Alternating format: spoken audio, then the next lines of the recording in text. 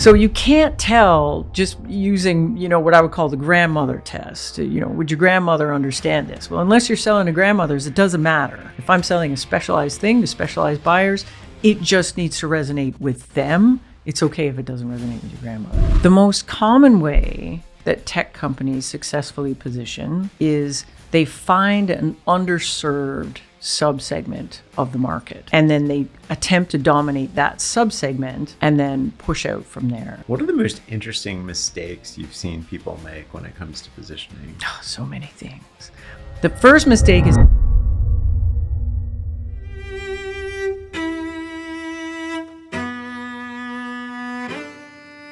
want to start with the basics. What is positioning? It's interesting. I'm a positioning expert. And when I started out as a consultant being a positioning expert, the worst part about that is nobody really knows what positioning is. They think they do. So people will say, positioning, that's just like messaging, isn't it? And I'm like, actually, no, it's not quite that. Or they'll say, positioning is like a tagline. We're coming up with a tagline. And I'm like, oh gosh, no, there's a lot of things that we do that aren't tagline related. My personal pet peeve is when people talk about brand positioning. That drives me nuts. There is positioning and there is branding. Those two things are actually really separate. So most of the things that we confuse with positioning are actually things we do with positioning once we're done with it. But positioning is an input. So if you think about it this way, if everything we do in marketing and sales is the house, positioning is the foundation upon which the house is built. So my definition of positioning goes like this. Positioning defines how your product is the best in the world at delivering something, some value that a well-defined set of customers cares a lot about. Now, that's a bit of a mouthful. A lot of the folks that I work with are not marketing people. They're CEOs of tech companies, so they don't have a background in this stuff. So I think the best way to think about it is it's like context setting for products. It's the context I position my product in such that customers kind of have an idea, like, what is this thing? What's it all about? Why should I care? It's a starting point for a conversation with a customer. Can you give me an example? One of the things that really stuck out to me, I was always trying to explain to tech company CEOs with a tech company example. And whenever I did that, the tech company CEOs would say, well, that's a database, and we're not like a database. So I thought, I need some examples that have nothing to do with technology. They're really simple. So I was trying to come up with an example. And I was on my way to work, and I went to Tim Hortons coffee shop in Canada. So I'm standing in line, and the guy in front of me is ordering breakfast. It's 8 a.m., and he orders this thing, which is a double chocolate salted caramel muffin. And I was like, that is some genius marketing stuff right there. So I've got a piece of cake. It is double chocolate caramel cake. But if I put it in the muffin format and I call it a muffin, everything about that is different. The whole context around it is different. It is socially acceptable to order double chocolate caramel, whatever, if you say it's a muffin, because I'm now comparing it differently. So if I said it was cake, what's cake? Cake competes with other things that are like dessert. It competes with ice cream and tiramisu and other things you would order for dessert. What does cake cost? Well, if in a restaurant, it's $10, $15. Where do I get it? I might go to a bakery, but I get it at a restaurant too. When I'm talking about a muffin, well, a muffin's totally different. A muffin's breakfast. It competes with a bagel and a donut. What do I charge for a muffin? I charge $1, $2 for a muffin. The whole context around it is different. The product, however, is the same. Like that thing that you're eating is a piece of cake, whether it's in cake form or muffin form. So I can choose to position it as a muffin. It's the same product, but the assumptions about that, the competitors are different, your value is different, the assumptions that customers have about that product are different because I've placed it in a different context. What are the most common misperceptions about positioning that companies have? I would say most companies just don't think about positioning at all.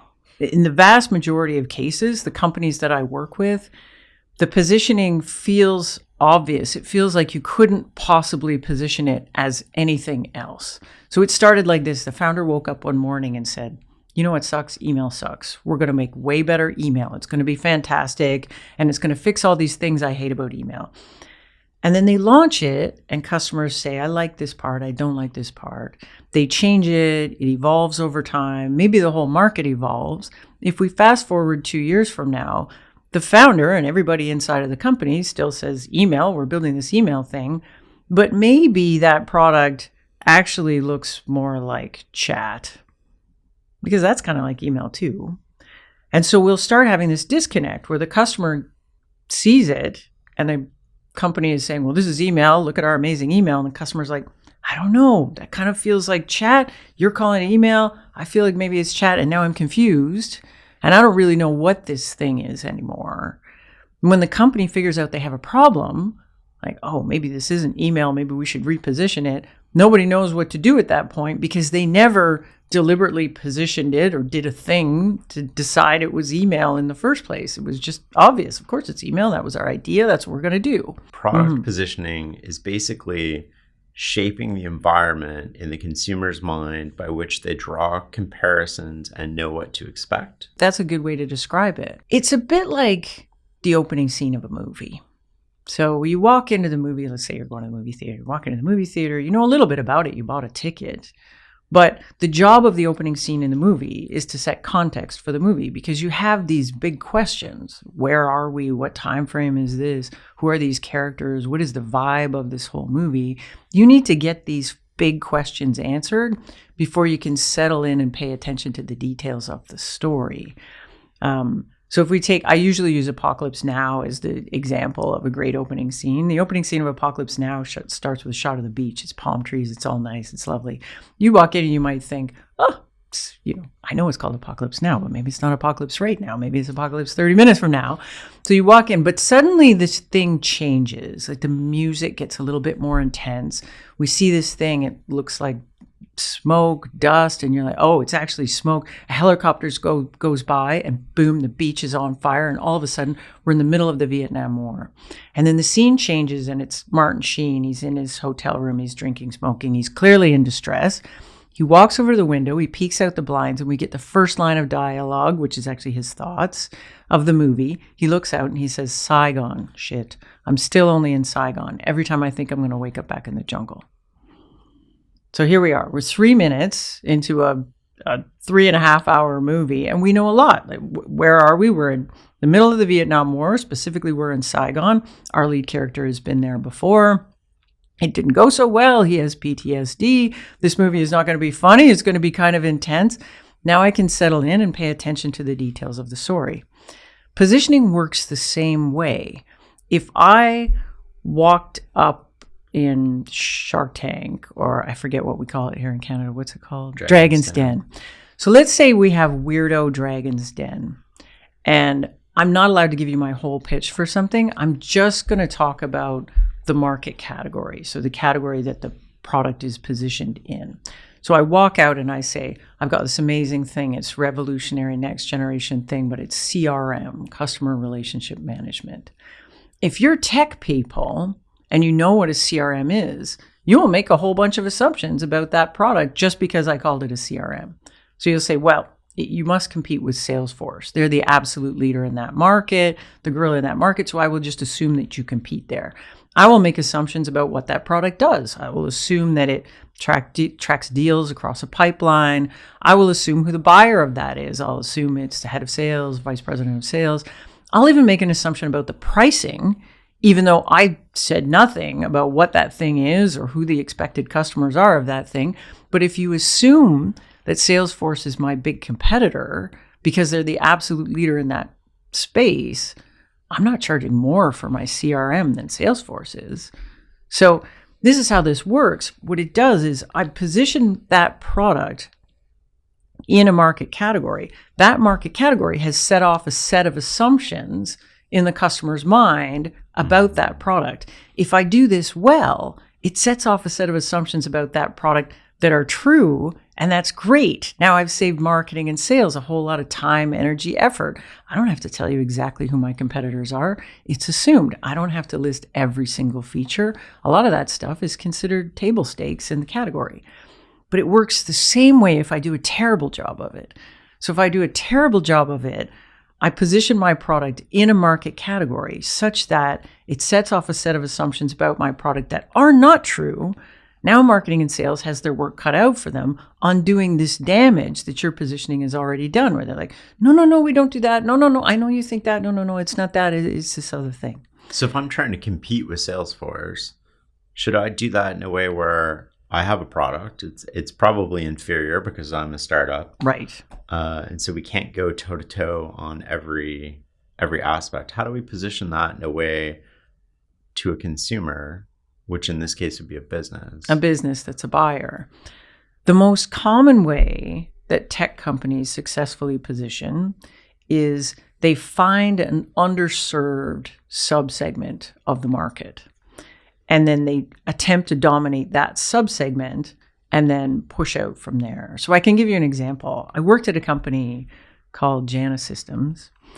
And at the time, this was quite a while ago, so Salesforce was a small company at that point and only selling to the very low end of the market. But the gorilla in that space at the time was a big company in Silicon Valley called Siebel. And so they were a fantastic company, $2 billion revenue, fastest company to ever get to $1 billion revenue in the history of Silicon Valley. Amazing success story.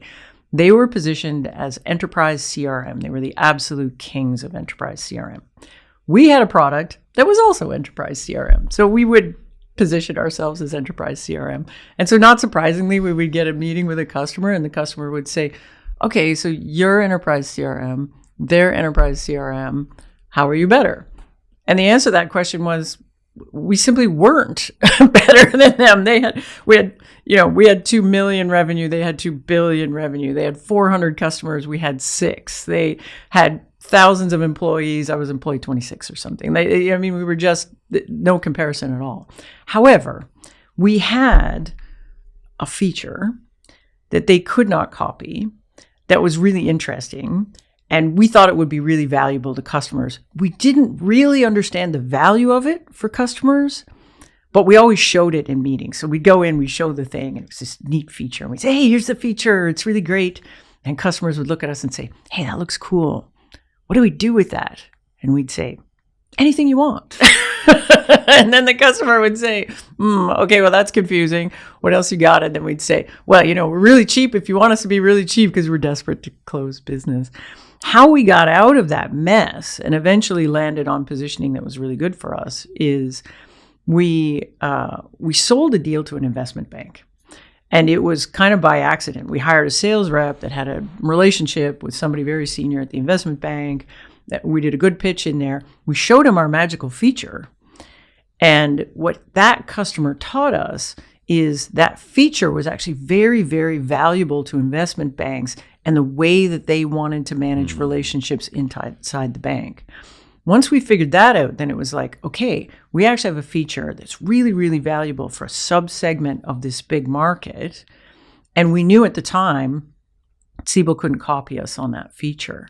So we narrowed down the positioning, and instead of saying we were enterprise CRM, we were CRM for investment banks. And the great thing about that is that we never got into a real head-to-head against those guys again. So we would come in and say, hey, we're CRM for investment banks. And the customer would say, oh, well, wait, doesn't Siebel do that? Like, don't you guys compete with Siebel? And we'd say, oh, Siebel, we love those guys. It's so big, so smart, so many people. They're like the world's greatest general purpose CRM for like call centers and manufacturing plants and I don't know what, but not you, Wolf of Wall Street. You need something special. Let me show you this thing. And then we would show them the thing and talk about the thing. And so our plan was to absolutely dominate that space. And then once we had dominated that, we would be building the product and making the product more mature. And our dominance in investment banking was going to allow us to get into retail banking. So we were going to expand the market from there. And then if we were successful in retail banking, that would allow us to get into insurance.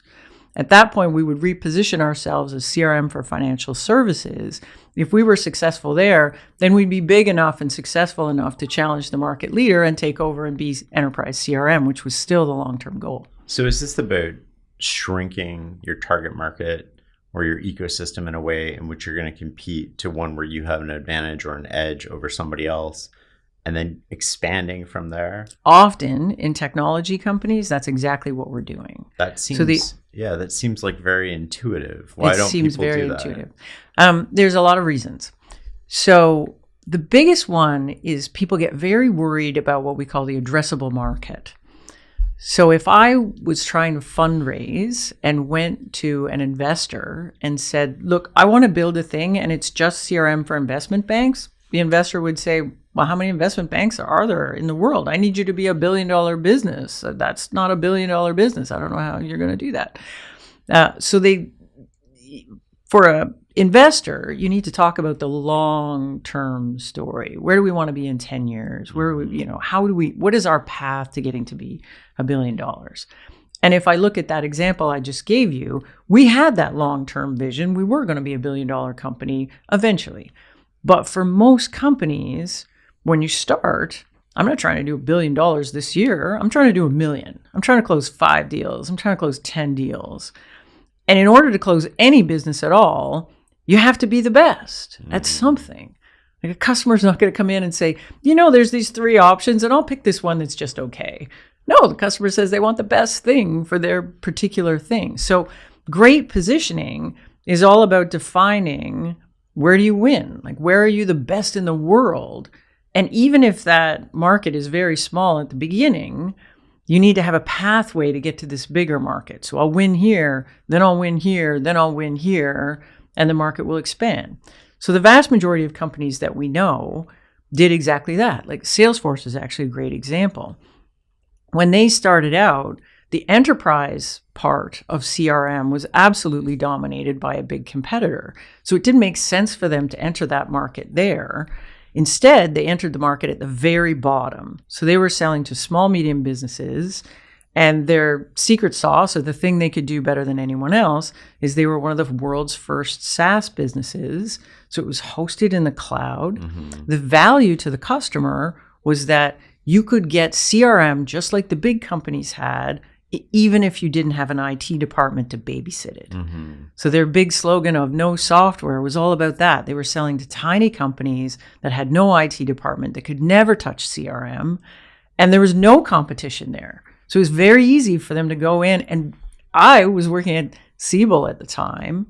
And when they started down at the bottom, we were like, we don't care about that market. We're not going to chase them down there. We sell great big $1 million enterprise deals. Never read The Innovator's Dilemma, I guess. Right. Well, we had no interest in that. Our goal was to just sit in the rare air at the very top of the stack and just sell all of that. And that was it. So, of course, what Siebel did was they started at the bottom and then crawled their way up. That's fascinating. So basically, to compete from a staffing point of view, from a VC funding point of view, you sort of say our total market is huge, but then on a practical basis to develop a product, right, you have to start small in a land and expand sort of fashion.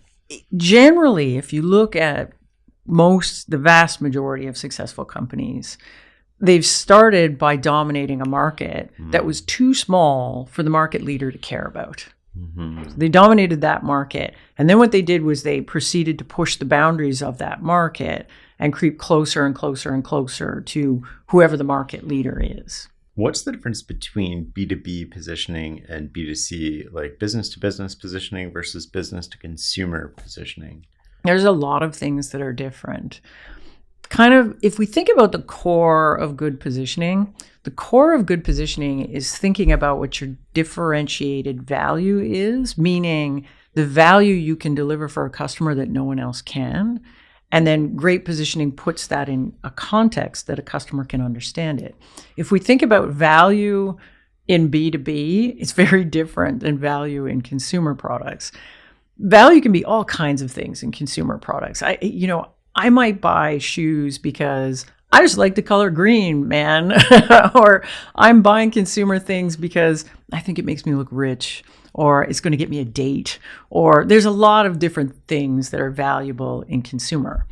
In business to business, it's very different. In business to business, typically, there isn't one person buying. Typically, there's a group of people. The average B2B deal, there's 5 to 11 stakeholders in the deal. So if I'm buying accounting software, My boss comes to me and says, hey, I don't like the accounting software we have right now. You go buy us some. That's terrifying. My neck is on the line. If I make a bad choice here, I look bad in front of my boss. The end users don't like it. Maybe the software screws up. I get passed over for promotion. I might actually get fired.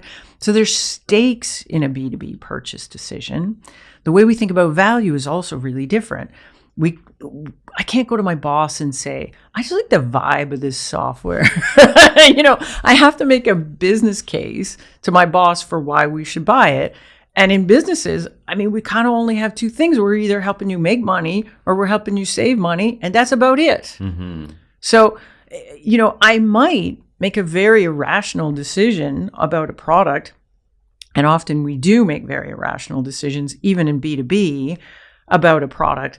But I can't say that to my boss. Right. I still have to go to my boss and say, here's why we picked it. Here's the list of reasons. There needs to be some justification. That's exactly it. That's explainable to somebody else. Exactly. So we think a lot about, in consumer marketers talk a lot about emotion and invoking emotion. In B2B, the granddaddy of emotions is fear. Fear of making a poor choice. Fear of looking bad in front of my boss, fear of getting fired. Like fear of making a mistake drives a lot of decisions in B2B. This is why incumbents, like whoever's the leader in the market, has such an advantage in B2B technology because it is the safe decision. Nobody is going to get fired for picking Salesforce at this point. They have double the market share of their closest competitor. You can go to your boss and say, look, I looked at all the other options, but I picked Salesforce because everybody uses Salesforce. They have a big ecosystem. They have the best this, the best that. They're the biggest. It's the safe choice to make. If you're trying to compete against Salesforce, that's really hard gravity to pull against. It's very risky to pick you if the choice is you versus Salesforce or an established market leader. When you think about consumer positioning, I'm really interested, and I know this isn't your sort of area of expertise, but not at all. When you walk into like a Louis Vuitton or a Hermes, how do you think about positioning such that they can charge, I don't know, $30,000, $40,000 for a purse? The $40,000 is the point, right? I'm not buying that bag because I think it's $30,000 better than a bag that costs $20, although it probably is finely crafted and all that sort of thing. A lot of times I think luxury goods are really about a signal to the market. It's like, I'm a rich, successful person that has made enough money that I can carry a Louis Vuitton bag or wear a Rolex watch or whatever luxury things are. It's outside of my wheelhouse, but again, when we look at consumer stuff, value comes in all sorts of forms. Like we buy things in very rational ways in consumer products. We're also irrational in B2B too, but most of that irrationality is around fear. It's like, I just don't want to make a bad choice here and look bad in front of my boss or do something that the company's all mad at me about later. The thing we have in B2B that's actually a real problem is it's so scary to purchase something in B2B that 50 to 70% of the time, a deal that gets started actually ends in no decision. And the no decision isn't, they voted to stay with the current product that they have. It's usually no decision because everything looked the same. I couldn't confidently make a decision that I was sure I wasn't going to get in trouble for. So it's easier to just go back to your boss and say, you know what, now's not a good time. Let's buy the accounting package next year. We don't need to get into this now. And the person who's been tasked with making that decision is just crossing their fingers that they don't have to be on the hook to make the decision next year when the decision comes up again, like, okay, let's go and look again. They just don't want to be the person that has to stick their neck out to advocate for something, which is totally different from how we buy a pack of gum or buy fizzy water at the corner store or buy a purse. The downside there is really small. And at work, the downside's huge and the upside's like nothing. Right. So if you advocate for a different product that's outside of standard best practices or standard industry standard, then if you're successful, everybody forgets that you advocated for it. But if it fails, in rare cases, exactly. In rare cases, you'll see senior executives at companies where their role is to change things. So their role is transformation in some way, innovation transformation or a digital transformation. You see a lot of companies right now that have been tasked by the CEO, where there are teams that have been tasked by the CEO to figure this AI thing out and make sure we're not falling behind. Yeah. In those cases, the person driving that program, if it is successful, is going to get a promotion. They're going to get a raise. It's going to look really good on them if they can successfully do it. If it's not successful, then they're a bum. Would you say the biggest mistake then that you see, especially with software products, is competing and positioning in too big of a market? That's one of the things. I think a lot of times, if you look at the positioning that the company has, the biggest mistake is not deliberately positioning. I think a lot of companies start looking at their product in isolation almost, like there are no competitors. You see it a lot in the way companies do sales pitches. Like they'll walk in and they'll give this sales pitch. They'll talk about the product. We have this great feature, that great feature, this great feature. It's amazing. You should buy us. But the buyer on the other side of that conversation, they're terrified of making a bad choice. And they're sitting there going, well, that's all great, but I just had 3 other sales calls with your competitors. Some of that stuff sounds the same. And so we walk into these situations as vendors in general, thinking that the question we're trying to answer is, why pick us? But the real question we have to answer is, why pick us over the other guys? Mm-hmm. And I think most companies don't really wrestle with that. They don't sit down, put themselves in the shoes of a buyer, recognize how hard it is to make a purchase decision, and think, like, how do we position versus everybody else? Well, it's really easy to go with the incumbent, the really largest. Easy. And then you have to basically get people out of that default somehow. Exactly. That's fascinating. Can you tell me about a time when repositioning a product failed and what happened? Yeah. So I worked at a company where we were building a thing. The original conception of this thing was that it was a database, but it was a really fancy database that could do a certain kind of query really, really, really fast. It was originally developed for a bank, and there were a set of queries that the bank did that were so difficult to process that they would run them on Friday, and the query took all weekend to get the answer back. So you're asking the data this question, and it took 3 days to get the answer back. So these folks, a couple of super genius database guys, came up with this database to fix that problem, and it could run that query in seconds.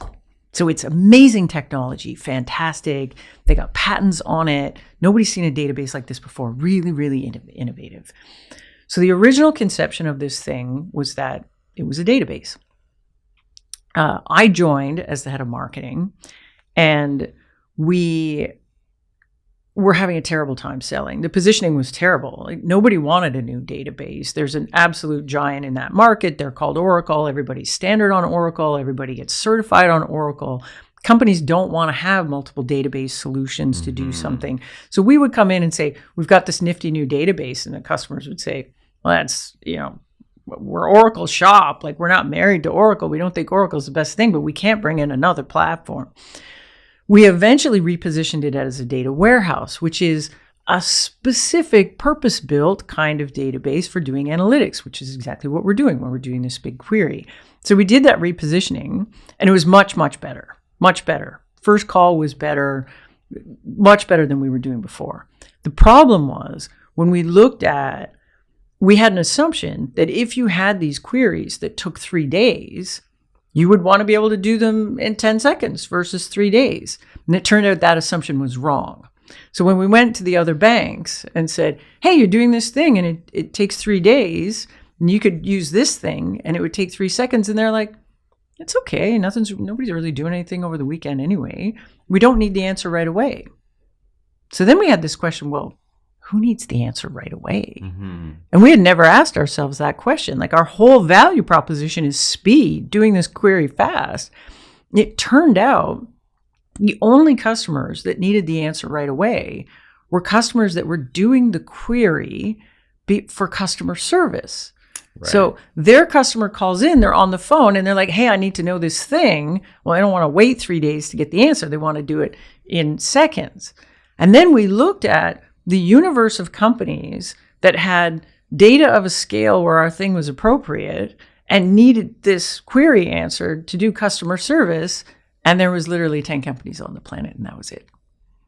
So the addressable market was so small that it wasn't a viable business. So we had essentially built a product that nobody wanted. It was neat. It was really innovative. It was really cool, but there was no market for it. It didn't solve a problem that anybody really had. So if you're a startup, you have limited resources.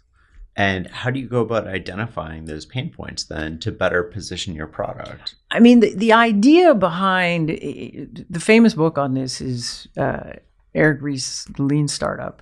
And the way the Lean Startup describes this is you should be out doing something called customer discovery. So before you write anything, you should be out interviewing customers or potential customers and validating the assumptions that you have about this market. Is this a thing that people would pay for? Or how much would you pay for it? Are there a big enough group of people that have this pain to solve it?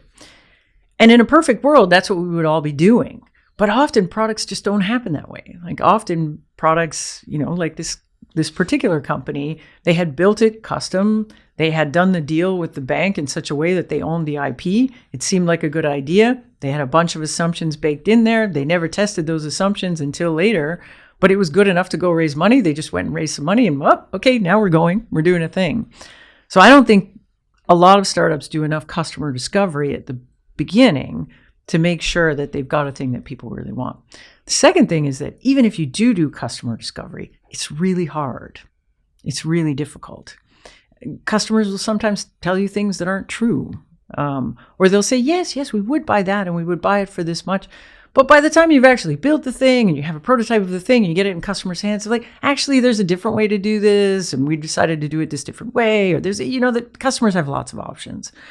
So startups are very hard because we're dealing with uncertainty. We're dealing with a certain amount of assumptions. Our assumptions may prove to be wrong, and we have to be able to move and pivot and look for other things. And sometimes our first crack at it isn't going to work, and we're going to have to go to back to the drawing board and kind of invent something else and see if that works.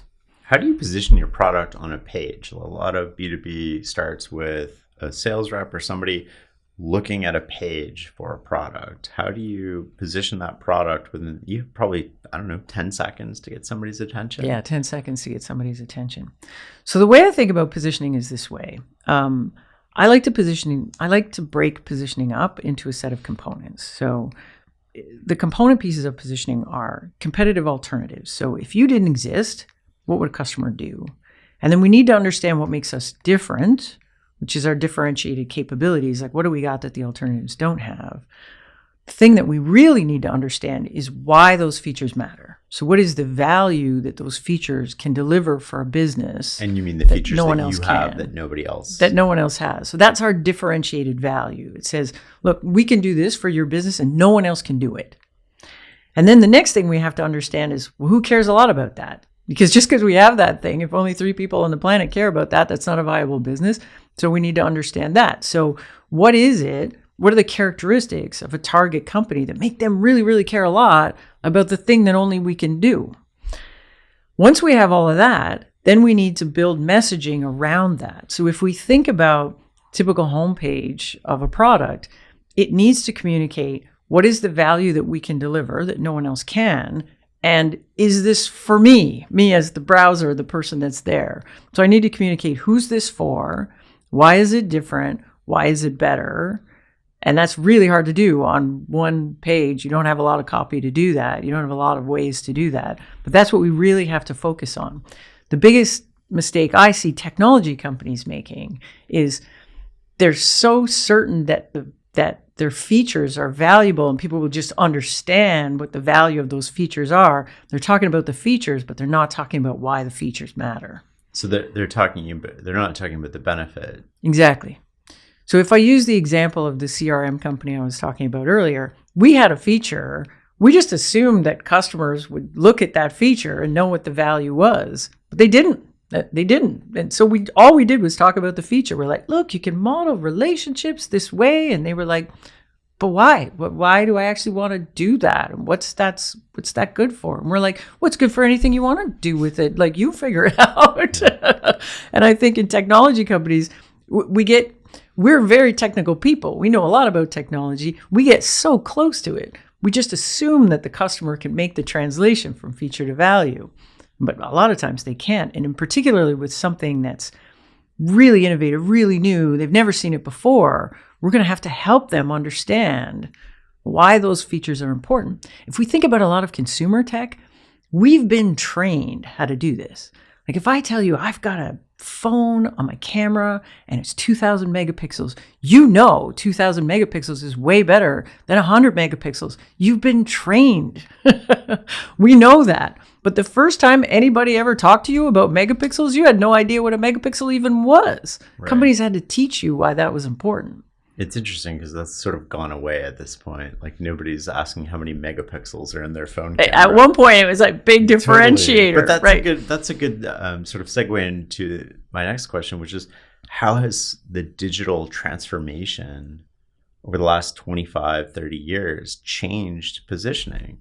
I think the fundamentals of positioning haven't changed at all, is my opinion. If you read the original book on positioning, was called Positioning the Battle for Your Mind by these guys, Rees and Trout. They came up with the concept. They published a book in 1982. And if you read that book, the first chapter talks about why do we have to worry about positioning? Why is positioning important? And they talked about how it's important because previous to that, in any given market category, there were only a handful of products. So consumers just made a choice between the 2 or 3 choices that they had, but it wasn't all that important for companies to really differentiate between those choices. But in 1982, oh my gosh, we have so many choices now. Positioning is really important because the customer has thousands of choices, hundreds of choices. Now, if we look at the difference between 1982 to now, that has just exploded. Like, I think it's much more important now to really establish that position. It's much harder now to stand out in a world where we're exposed to millions of advertising messages a day. Like, think about digital stuff. I am constantly bombarded with messages from companies. I cannot avoid it. It's millions a day compared to 1982. So in order for customers to really in order for companies to really stand out in a market that is so crowded and so overwhelmed with messages from brands, we're going to have to get really succinct on what is this thing? What is the value of this thing? Who is it for? How is it different from the other things in the market? And we're going to have to be so clear about that to break out from the noise. And why you should trust us. Because if we're a small company, we've got like 5 employees and we're competing with Salesforce, but we have one particular feature that they don't have, and we have our sort of positioning in our niche market. Right. Well, now there's still a brand issue because it's like nobody's ever heard of you. A lot of this stuff. So if I go back to that example of that CRM company I was in, the great thing about that was we managed to establish ourselves in this little bubble of investment banking. And once we had done 2 customers in investment banking, we were the kings of investment banking with only 2 customers.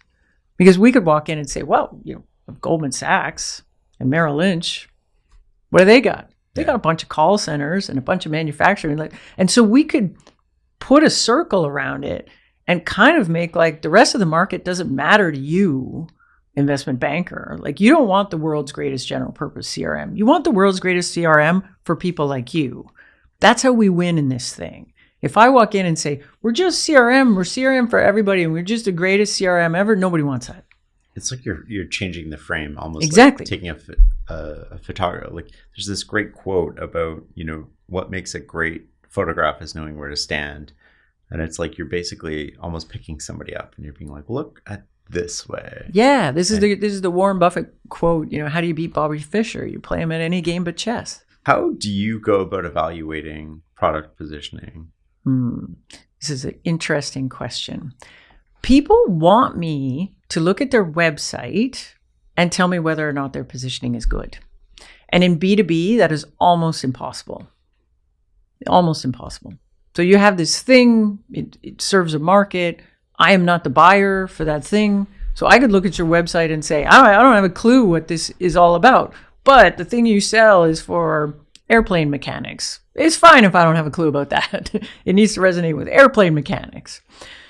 So you can't tell just using, what I would call the grandmother test. Would your grandmother understand this? Well, unless you're selling to grandmothers, it doesn't matter if the grandmother understands it. So some people will say, well, we need to dumb this down and we need to have it so that anybody understands it. I super disagree with that in B2B. If I'm selling a specialized thing to specialized buyers, it just needs to resonate with them. It's okay if it doesn't resonate with your grandmother. What it does mean is if we're trying to assess the positioning, what really matters is when we have a brand new prospect that comes in that doesn't really know too much about us, how long does it take us before it clicks? And they're like, oh, I get it. Oh, I get why you're different. Oh, I get why that's good. Oh, I get why. In my career, so I used to be an in-house vice president of marketing. And so in the latter part of my career, I was very focused on positioning. So if the CEO hired me, they hired me because I could talk intelligently about how we were going to fix this positioning. I would come on board and what everybody would want me to do is just run campaigns, April, make the revenue go up to the right. And I was always worried about running campaigns on weak positioning because it's a bit like pouring water into the leaky bucket. And so what I would do to assess the positioning, whether it was good or not, is I would walk over to sales. And there would be salespeople doing first calls with customers, and you hear it in a first call. And it sounds like this. Your sales rep is doing a great job. They have a pitch, customer's there, and the sales rep has a pitch that's maybe a dozen slides long. And they're saying, okay, here's what we are, here's what we do this thing. They're getting into the pitch.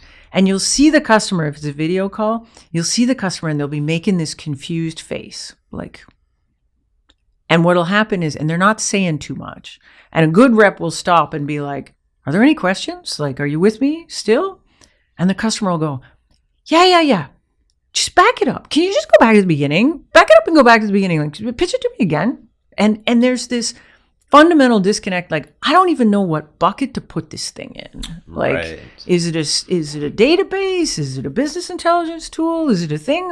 You haven't framed it. And so there's something in that positioning that is just confusing the heck out of the customer. That's the most common sign you see is the customer's looking at it and they're like, I just can't figure out what this thing is. The second common sign you'll see with weak positioning is the customer thinks they've got it figured out. But they're actually comparing you to something that you don't actually compete with. So you'll get to slide 3 or 4 and the customer will say, yeah, I get it. You're just like Salesforce and you're nothing like Salesforce. You don't compete in that market. You're not that. And then the rep is like, no. Let me go back. I'll go back to the beginning. We'll do this again. So you'll hear that a lot. The other thing you'll hear, and this is almost the most terrifying one, is in these early conversations with a prospect, the prospect will say, I get it. I get what you are. I get who you compete with. I just don't really get why we would pay money for that. Can't I just do that with a spreadsheet? Can't I just do that with my accounting package? Couldn't I just hire an intern to do that? Why would I pay money to do that? So they kind of understand the product, but again, they don't understand the value of it. Why would I give you money in exchange for that thing? Who's in charge of positioning at a company? Good question. This has traditionally been seen as a marketing function. And even more specifically in tech companies, we often say this is a product marketing function. But I don't believe that. I think that's not the right way to think about it. If we really think about what we're doing in positioning, is we're getting really tight on who's our competitor, how are we different, what is the value we can provide to the customer, and who exactly are those customers. If we made a change in that, that would be a big change in the business. If I think about, again, my CRM example, if we switched from being general purpose enterprise CRM to CRM for investment banks, that's a whole different company. Yeah. So I don't think marketing has, first of all, they're not talking to customers every day the way sales is. they don't necessarily understand the differentiation amongst competitors the way the product team would. And sure as heck, the CEO is going to have something to say about where we're selling and how we win in the market. So in the work that I do with companies with positioning, we do it with a cross-functional team.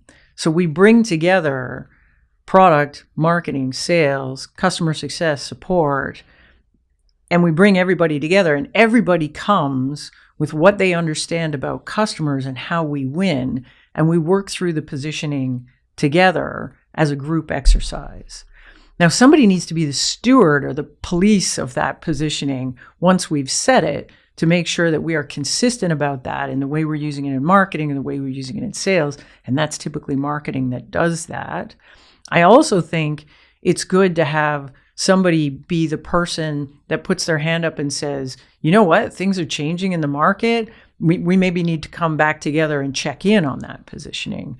But I don't think that marketing should be able to change positioning or look at positioning or do it on their own. They could try, but it won't stick because sales won't believe in it. The CEO won't believe in it. What we actually need is a cross-functional team to get together and look at it, make some decisions, get everybody in agreement and alignment on it, and then we can all go execute on it in our respective departments. And then marketing can be the steward of, here's the positioning, here's how we define it, this is the messaging that comes out of that positioning. And then marketing be the person to put their hand up and say, you know what, this big acquisition just happened in our market and we might need to step back and relook at the positioning. It's interesting that you say that. When we were talking about a salesperson and the first call, I was thinking, oh, like if things don't go as planned, the salesperson points to marketing, marketing points to the salesperson, right. Everybody points to product. But you even expanded this. So you have a cross-functional team of sales, marketing, product, customer success, support, and then you have the CEO involvement at some point in there too. Exactly. And when things are going well, everybody is a winner and everybody's responsible for success. But the minute you have a problem, everybody starts pointing the finger at everybody else. How do you determine when that's a positioning problem versus a larger problem? It's interesting because, I do this as work as a consultant, and sometimes companies will call me and they think they have a positioning problem. And then I have a conversation with them and I'm like, I don't actually think that's a positioning problem, because there's lots of reasons businesses aren't successful and positioning is just one of them. So sometimes companies will come to me and they'll say, you know what? Every company we talk to loves us. If we can get them in a meeting, we close all that business. Well, that tells me the positioning's good. Right. You're just not getting enough meetings. You're just doing a terrible job at lead generation. Nope. You should go fix that. You just need to get more at-bats. Sometimes what you have is a sales execution problem. Like there's something in the way you're executing in sales that isn't working. So my test is often so first of all, do you have good, happy customers that stick with you and love you and are referenceable and whatever? Most of the companies that come to me and say, yes, we have that. Okay. Do you have confusion at the beginning of your sales process where they come in and they just don't get it? That gap between what a customer knows and what a prospect knows, we can close that gap with good positioning. What role does storytelling play in all of this? Storytelling is one of these things. Marketers think a lot about storytelling and obsess a lot about storytelling, particularly on the consumer side. Business to business marketers like to think about storytelling. I don't think a lot of B2B companies are doing an amazing job at storytelling. What's really funny about that is if you go over to sales doesn't care about storytelling. They never talk about storytelling. And yet they're the ones that actually are face-to-face with a customer. And if anyone should be telling a story, maybe it's your sales team. Most of the storytelling stuff that you see, or at least what I learned as a marketer going through, if you go to marketing school and learn storytelling, a lot of what you'll see is this hero's journey structure for storytelling, which is very common in entertainment. It's the way most movies are written. A lot of stories are written with this hero's journey. So in B2B storytelling, we think about the hero as the customer. Mm-hmm. So the customer has a problem. They embark on this quest. They meet a guide. That's us. We're the guide. And we give them a plan and we help them be successful and avoid defeat. So we have this hero's journey. The problem with that storytelling arc is there's kind of no competitor in there. And if we think about what a buyer is actually trying to figure out is why pick you over the other guys, a hero's journey doesn't really give us an arc to do that. In the work that I do with customers, we start with positioning. So we get really clear on what's the value we can deliver that no one else can. Who are the customers that really care about that?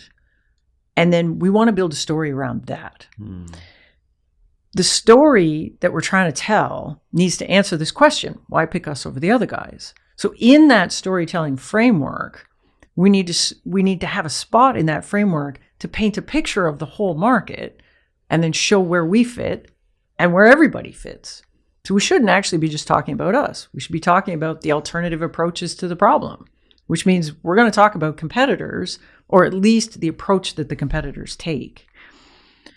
In the work I do, we take the positioning, we translate it into a sales pitch. That sales pitch has a storytelling structure that starts with a conversation around the market. So we'll talk about, look, we look at this market in a different way than our competitors.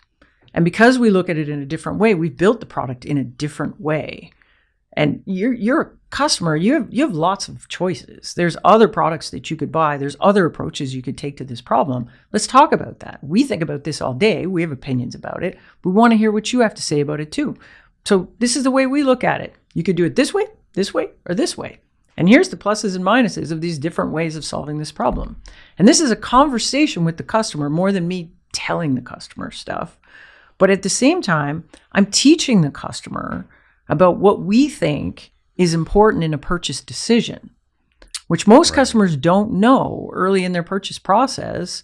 They're trying to buy accounting software. Half the people doing a purchase in B2B have never purchased a product like yours before. So they're doing this for the first time. They're overwhelmed with information on the internet. Every vendor says, we're the best. No, we're the best. No, we're the best. What we need to do in good sales storytelling in B2B is help customers understand how to confidently make a decision. In order to do that, I have to paint a picture of the whole market so they feel good that they understand, if I choose this, I'm choosing to go big on this and low on this. If I choose this, here are the trade-offs for this. If I choose this, here are the trade-offs for this. Or you could choose us, and here's the trade-offs for us. Are we a good fit for you or not?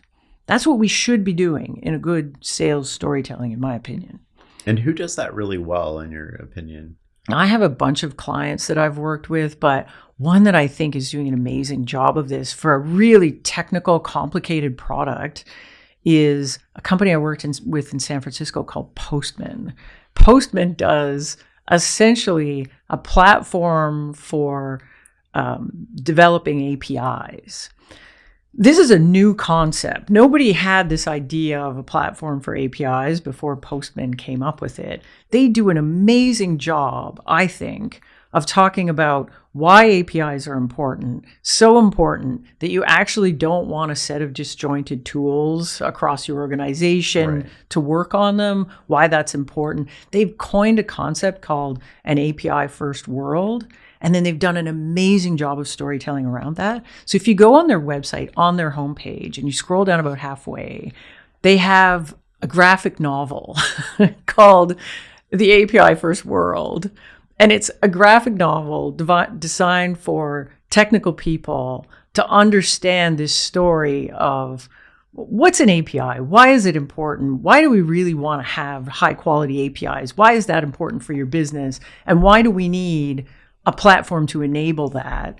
So I think they do an incredible job of that. And they do it in 1,000 different ways. Like if you see the CEO do a conference talk, he's actually not talking about the product as much as he is talking about the market and this concept and why we need to think about APIs differently. But if you are aligned with his point of view on the market, you're going to buy his product. But they've really done a good job, I think, of developing a point of view on the market, helping customers understand the context around their product and the things that you need to understand in order to understand why their product is valuable and why you might pick it. How important is that from a CEO perspective at conferences and talks and media to basically put yourself out there and say, I see the world this way, which is slightly different than most people see it. I think it's super important. I think this concept of having a point of view on the market is really, really important. Most founders that I've worked with, if you talk about how the original idea for the product came up, they'll say, I was really frustrated. I looked at all the databases and I decided all the databases were doing it wrong. And if you were smart and you knew what I knew, I had a better way to do it. Yeah, you would build a database like this. Part of what we need to communicate to customers is we kind of need to take them on that journey and say, look, we have a different perspective on this. Like we look at this problem different. It's not the problem. We see a problem inside the problem. We have a perspective on the problem that if you understood it the way we understood it, you would pick our stuff. Right. So that point of view, I think, is really super important. And if you can nail that, it is the key to selling lots of stuff. And how important is it you mentioned coin the term, like how important is it to define the vocabulary by which the customers use ultimately to make a choice or to own a term so that if it becomes top of mind to them, nobody else has that term? It's really important if you are doing something that is truly innovative, like an emerging thing. So earlier we talked about market categories, and most of the time, if you look at the way most successful companies do this, they're going into an existing market category and they're serving an underserved corner of that and they're expanding from that. About 10% of the time, that's not true. 10% of the time, we have something that is emerging. It's a market that is emerging. There is no leader in that market right now because that market doesn't even exist right now. This is something brand new. You could never even do this before because technology wasn't there to do it. And so it's emerging. When it's emerging, there's no good vocabulary to talk about it because we've never talked about it before. And often in those cases, what we're doing is we're defining or attempting to define what the boundaries of that emerging market category are, what's important and what isn't important in that emerging market category. And in those cases, we often very much do want to put some names on things. We may want to specifically name the market category in a way that advantages us. We may want to name key concepts inside that in a way that helps customers understand why this is an important key thing that you need to understand in that. And so if you see companies that have truly done category creation, often they've done a very good job of helping customers understand key things that they needed to understand in order to understand, this is a totally different problem. I didn't even know I had this problem. Because if the customer knew there was a problem and they have that problem, there would be a categories of solutions to solve it already. In emerging markets, we're often addressing a problem that customer doesn't even define it as a problem. They don't even know this is a problem. This is just the way the world works. There's no way to solve this problem. If we can help them become problem aware, then, that's a step closer to that. Well, now that you know that you have a problem, we're the thing to solve that. How do you think about independent bodies that play a role? And I'm thinking like in cybersecurity, there's the Gartner quadrant. And if you're not on there, like people won't even consider your product, but that sort of limits your ability to. Absolutely. How do you think about that? I spent a lot of time working with Gartner in my past roles as a VP marketing. Not every market segment has an analyst or an expert body or somebody whose opinion matters a lot, but in some segments we do. So I spent a lot of time in the database market. No large enterprise buys a database without talking to Gartner Group first. So in that case, we spent a lot of time helping Gartner Group understand what our stuff was about, why it was important, why they should include us in the quadrant, because we literally needed them to position us properly to clients that called them and asked for advice. I've had other markets that I've been in where the buyers simply don't call Gartner Group because they don't care what Gartner Group has to say about that because Gartner Group doesn't cover that space. And Gartner Group does a really good job in enterprise IT. Outside of enterprise IT, they're a bit less influential. I think it's important if we're a vendor to understand where do our customers look for advice and where do we need to educate those people or those entities because they're giving advice to our customers. Sometimes that's industry analysts like Gartner. Sometimes it's service providers or system integrators like Deloitte. And they'll go to Deloitte and say, what do you think about this? We're doing a big digital transformation. You're our trusted advisor on digital transformation. What do you think about these products? In which case, maybe I need a partnership with Deloitte because they're not going to recommend my stuff if they don't get some kind of money off of that. Yeah. So it's important to understand who influences your buyer. As we go down market, it's interesting. There'll be people like you, like podcasters that people listen to, people that are experts in things. People ask me my advice about marketing technology all the time. So in a small way, I'm an influencer there. In the work that I do, companies will often ask me, well, we now need to do all these things in sales. Who do you know that's really good in sales? Is there particular technology you should recommend in sales? The important part as vendors, I think, is we need to understand who has influence on our buyers and do we need to invest some energy and attention in making sure that those influencers understand our stuff and are positioning us well. What are the most interesting mistakes you've seen people make when it comes to positioning? Oh, so many things. The first mistake is not thinking about it at all and just assuming that there's only one position we could possibly take. Most products, we could position them in a dozen different markets. And if we really step back and forgot about the history and where we came from and looked at it with our fresh eyes, we might see something really different. So we need to think about this in the way customer thinks about it. So not thinking about positioning at all is the first mistake. The second mistake is, as we talked about before, treating it as a little marketing exercise. We're just going to put some new words on the homepage and that's it, we're done. But sales has no idea how to pitch it. Product doesn't really understand it. It doesn't actually represent the truth of our product at all. It's just nice, pretty words. This is not repositioning. This isn't going to move the dial on anything. And then lately what I've seen is companies that love the idea of category creation are attempting to create a category when they obviously fit in an existing market category, and it's kind of wishful thinking that this is a new category. So they'll say, no, we don't have any competition. This is a brand new thing. Nobody works like this. And the result is the customer's like, but wait, aren't you just a CRM? Why are you using all these other words? I'm just confused. So I've seen a lot of companies have come to me that have attempted to do category creation or pretend that they're doing this new category of things.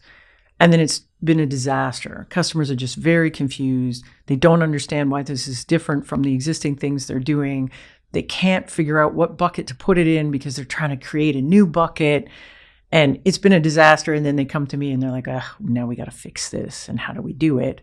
When there's an obvious spot where they could easily position in a very big subsegment of an existing market category, and that would be way easier to sell, way easier to tell the story, way easier to do deals. So I see a lot of that right now. What's the difference, or maybe what do schools get wrong about B2B marketing that when in the academic environment, that sounds good, but in the real world, it falls flat? Oh my gosh, so much stuff. Most of the research that's been done in marketing, like when I went to marketing school, it was so disappointing. All of the research is done on consumer packaged goods, all of it. And often what you'll get is a professor inside a marketing department at a university taking these things that we've learned about consumer packaged goods and then stretching it out and saying, well, obviously this works in B2B exactly the same way. And it's like, well, wait a second. So we'll see things like, I must have this conversation about once a week where people will talk about, what's that water? Liquid Death. You know this one? I don't drink that. Yeah, the marketers are obsessed with this thing called Liquid Death, and all it is fizzy water in a can made to look cool, and they sell it at bars. So you don't want to consume alcohol. You're not into booze. You go to the bar. You still want to look cool. You can order this Liquid Death. It's got skulls on it and stuff. They do all this really creative advertising and all this stuff.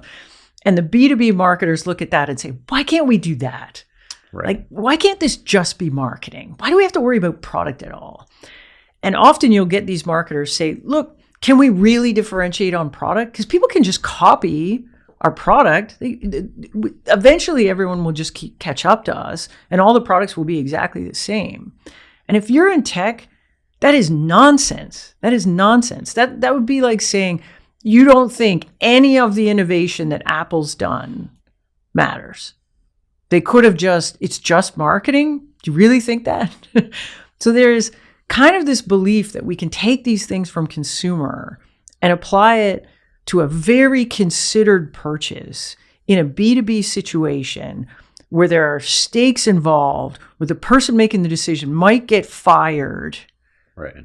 And say, oh yeah, that's just like buying fizzy water. Oh, at the end of the day, these people are all people and they're driven by emotions. So we have to connect with their emotions.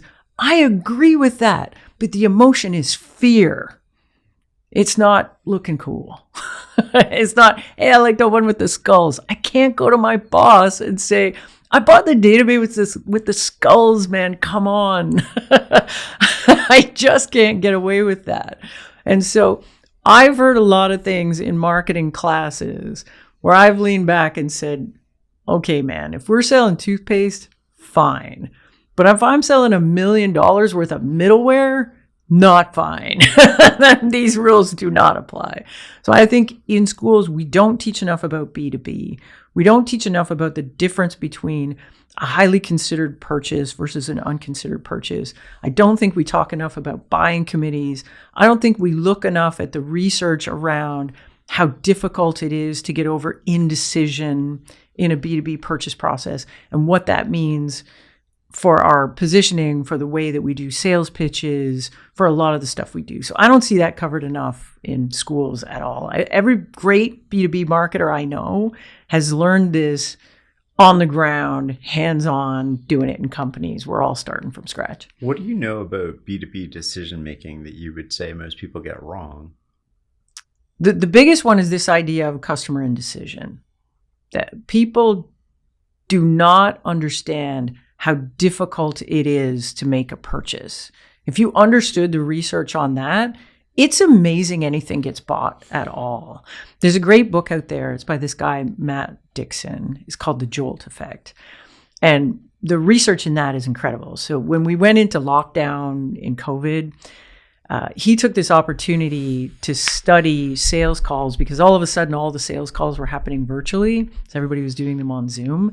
And so they took some AI and they analyzed 2.5 million sales calls, and they did it in partnership with these companies so that they could look at what happened on the sales call and then what ultimately happened. Did we get the deal? Did we not get the deal? What works and what doesn't work? And that research is terrifying when you look at it. Like, that's where this number comes from. 40 to 60% of B2B purchase processes end in no decision. This is the most fearsome competitor we have in B2B by far, is no decision. And this no decision is not because we've made a decision to stay with the thing we have because we think it's better. It's because we look at our choices. We can't figure out how to do that in a way that we're sure isn't going to get us into trouble. So we just don't do anything. If we really understood that, I think we would operate very differently in B2B. You can see the difference in people that get that and people that don't. That's fascinating. I think it's really interesting to sort of think of sales cycles. I like the fear concept. My friend who runs a cybersecurity company, I was like, oh, put me in charge of sales. He's like, what would you do? I was like, I would show up with a binder of newspaper clippings about Right. companies that got hacked and be like, my job is that you don't appear in this book. And that would be my entire sales. Like, they don't Right. care about the technical features. They're not buying features, right? They're buying the benefit. And when you're Right. selling something negative, which, doesn't contribute to revenue directly, Right. you're basically selling the prevention of something negative from happening. Right. How do you do that? I was like, why wouldn't that be effective? I don't know. Right. This has been a fascinating conversation. We always end with sort of the same question, which is, what is success for you in life?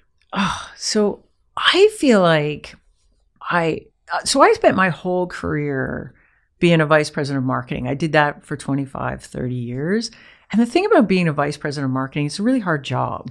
You have to know a lot about a lot of things. Marketers talk about being T-shaped. You have to be this deep on so many things. And then usually you have one thing that you're really deep on. For most of my career, I was a T-shaped marketer. And the thing I was really deep on was positioning. Now I'm a consultant and I just get to do that thing that I love. And so that has been such satisfying work. It's been so satisfying to work with companies, wrestle this thing that is really thorny, really hard. And when it clicks, it feels like magic. Yeah. It feels like magic. Like good positioning, when you look at it afterwards, people will say, well, of course that's what they are. Of course that's what they do. And you're like, actually, that was really hard for us to get there. And if you had asked us 2 years ago, we had no idea what that is. And now it's this and it seems obvious, but it wasn't obvious. That is very satisfying work to do. So I just feel that is success for me. When we get to the end of these projects and everybody in the room is like, this is so much easier to sell. This is so much easier for customers to understand. I had a client come to me 2 weeks ago and they're doing the first rollout of these new sales pitches that they're doing. And so the first pitch that they did, and they were very scared to do it because it's a brand new pitch, and it was a really high profile client, really big deal. They went in and it's a competitive deal. So they know that the prospect has talked to their two competitors and then they're coming to talk to them. And the CEO sent me an email and said, after we did the pitch, the prospect CEO pulled him aside and said, I have never seen a sales pitch as good as that in my entire life. And like, we've seen a lot of sales pitches. Like, that was really great. That's awesome. And so that is the most satisfying thing. And so he's happy. I'm happy. Everyone's happy. You also hit on something cool in that answer that I think goes underappreciated in life, which is avoiding your weaknesses. So doing the thing that you're really good at and structuring your life in a way where you're doing a lot of the things that you either don't want to be doing or that you're not as good at. It's so amazing. I wish I had been doing it sooner in my career, although I don't know if I'd be good at this if I didn't have 25, 30 years of being a hands-on vice president of marketing. But this does feel like the reward phase of my career, that I just get to work in my little zone of excellence doing this thing that has really big impact on companies. I love it. They love it. I'm happy. They're happy. Everybody's happy. It's if this is all I do for the rest of my life, perfect.